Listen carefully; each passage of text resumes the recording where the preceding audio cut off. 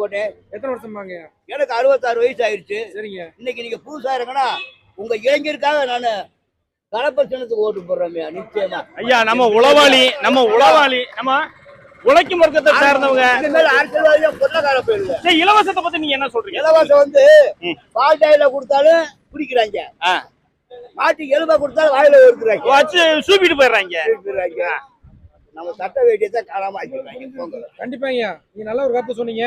கண்டிப்பா எங்களை மாதிரி இளைஞர்களுக்கு உங்களை மாதிரி பெரியவங்கள ஒரு வழிகாட்டுதலா இருக்கணும். ஐயா உங்களை சுத்தி இருக்க மக்கள்கிட்ட நீங்க தயவு செஞ்சு சொல்லி இந்த கலப்பு விவசாய சின்னத்துக்கு ஓட்டு போட வைங்க. இந்த மமட பையன் மக்கள் கேட்க மாட்டாங்கன்னா நம்ம தான் புரிய வைக்கணும். அறிவான பெருமக்கள் சொல்லி புரிய 15 வருஷமா திருடிங்கிறான். கிறுக்கிங்கிறேன். ஒரு நாள் சிந்திப்பாங்கல்ல, மக்கள் சிந்திப்பாங்கல்ல.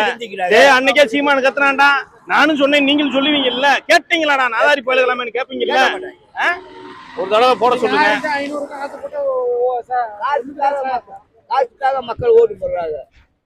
இந்த முறை மாறணும்ல. தொகுதி நிச்சயமா மாறுது.